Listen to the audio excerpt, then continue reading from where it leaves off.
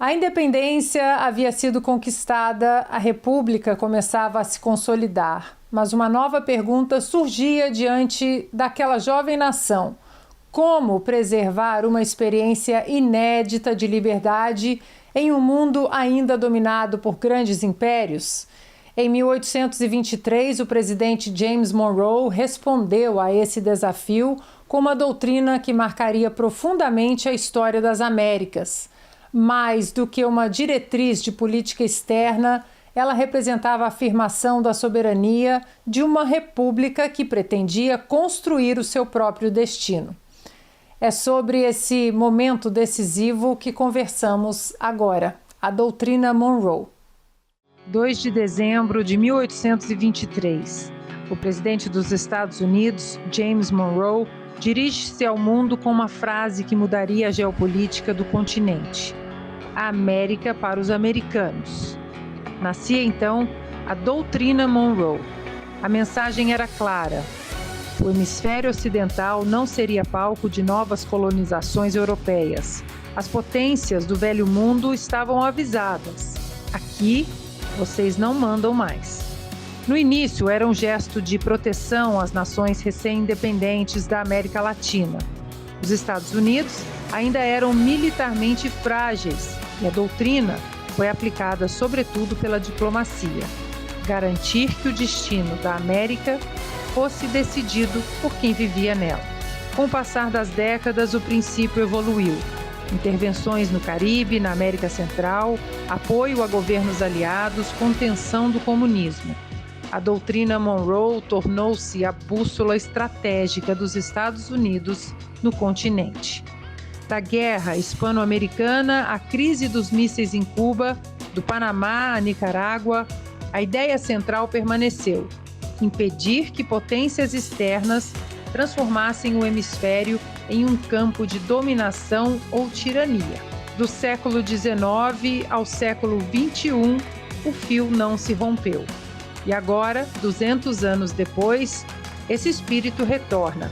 Em comunicado recente, a Casa Branca reafirma o princípio: os Estados Unidos continuarão a defender a soberania das Américas contra as interferências de nações estrangeiras e instituições globalistas. A estratégia é explícita e estabelece paz através da força, supremacia naval, controle de rotas estratégicas, combate ao narcotráfico e ao terrorismo, vigilância sobre a presença da China e de regimes hostis no continente.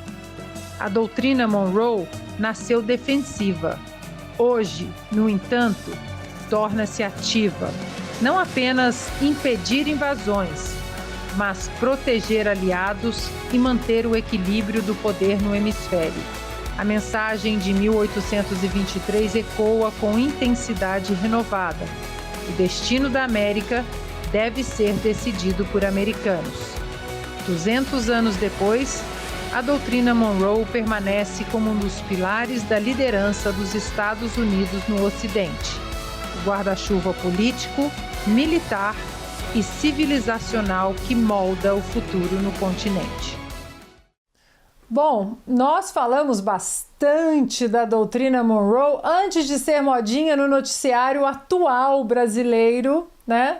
Falamos disso o ano passado ainda, em 2025, e hoje a gente vê Donald Trump aplicando a doutrina Monroe, América para os americanos, e a gente tem muita coisa para falar ainda, então quero ouvir rapidamente cada um, porque essa doutrina Monroe de 1823, a gente fala de novo da espinha dorsal da América conversando com 2026. Flávio.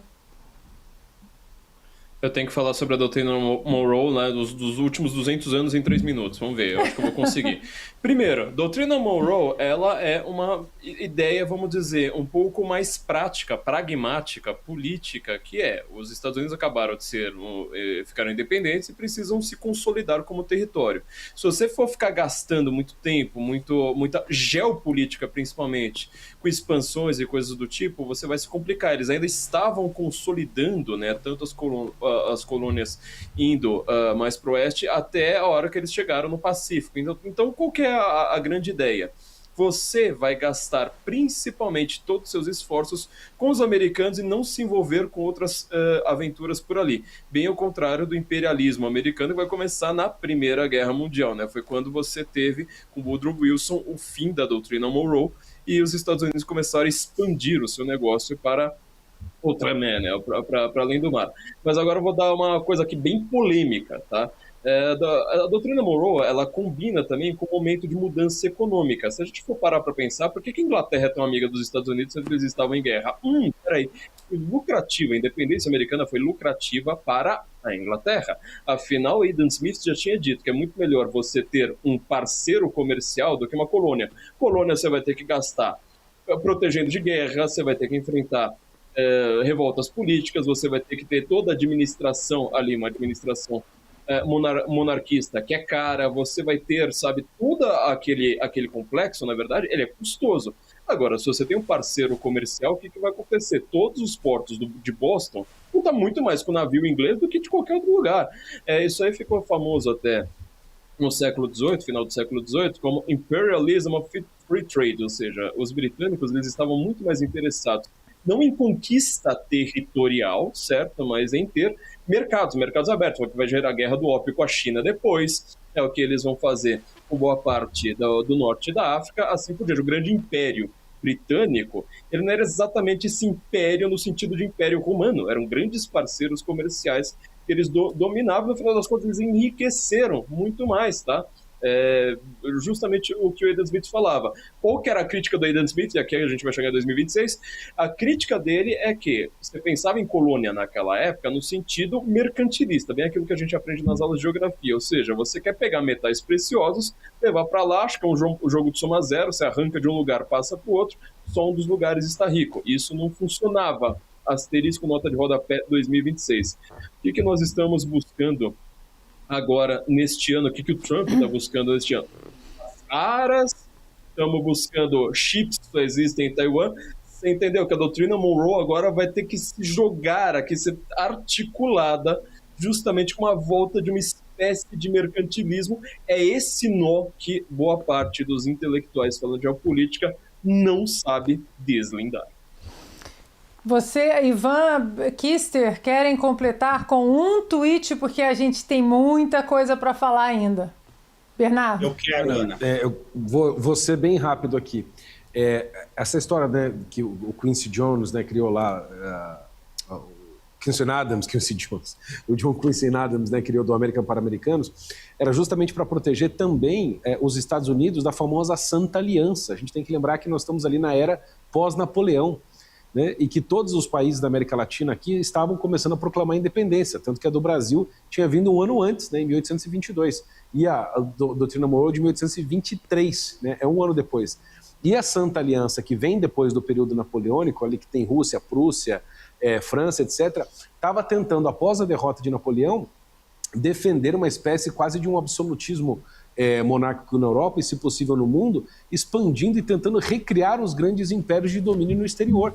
Então, os Estados Unidos, pensando nos ideais de liberdade, de vida e busca pela felicidade que estão na sua declaração de independência, queriam ajudar os países também aqui da América Latina que eles não fossem vítimas da tirania das monarquias europeias, como eles foram e como também muitas colônias aqui da América Latina o foram. Talvez isso ajude a explicar por que eles tinham tanto essa senha, que era uma senha de proteção defensiva e não ofensiva, como seria depois a doutrina Truman. Como de ganho de território. Ivan? Exatamente. O meu tweet é um complemento ao tweet do Bernardo, muito simples. Naquela época, essa era a missão, não é? De expandir para os demais países da América Latina o ideal de busca pela felicidade. Agora, olhem só, o secretário Rubio, em maio de 2020, disse: os cubanos que vivem em Cuba também têm os mesmos direitos que um cidadão da Jamaica ou de El Salvador de prosperar e ser feliz. Nada mais é do que a doutrina Monroe sendo aplicada em 2026, só que agora o inimigo é outro. Agora nós estamos falando da ideologia comunista e da influência chinesa via comunismo na América Latina. Mas o princípio de busca pela liberdade, pela felicidade, continua intocável, Ana.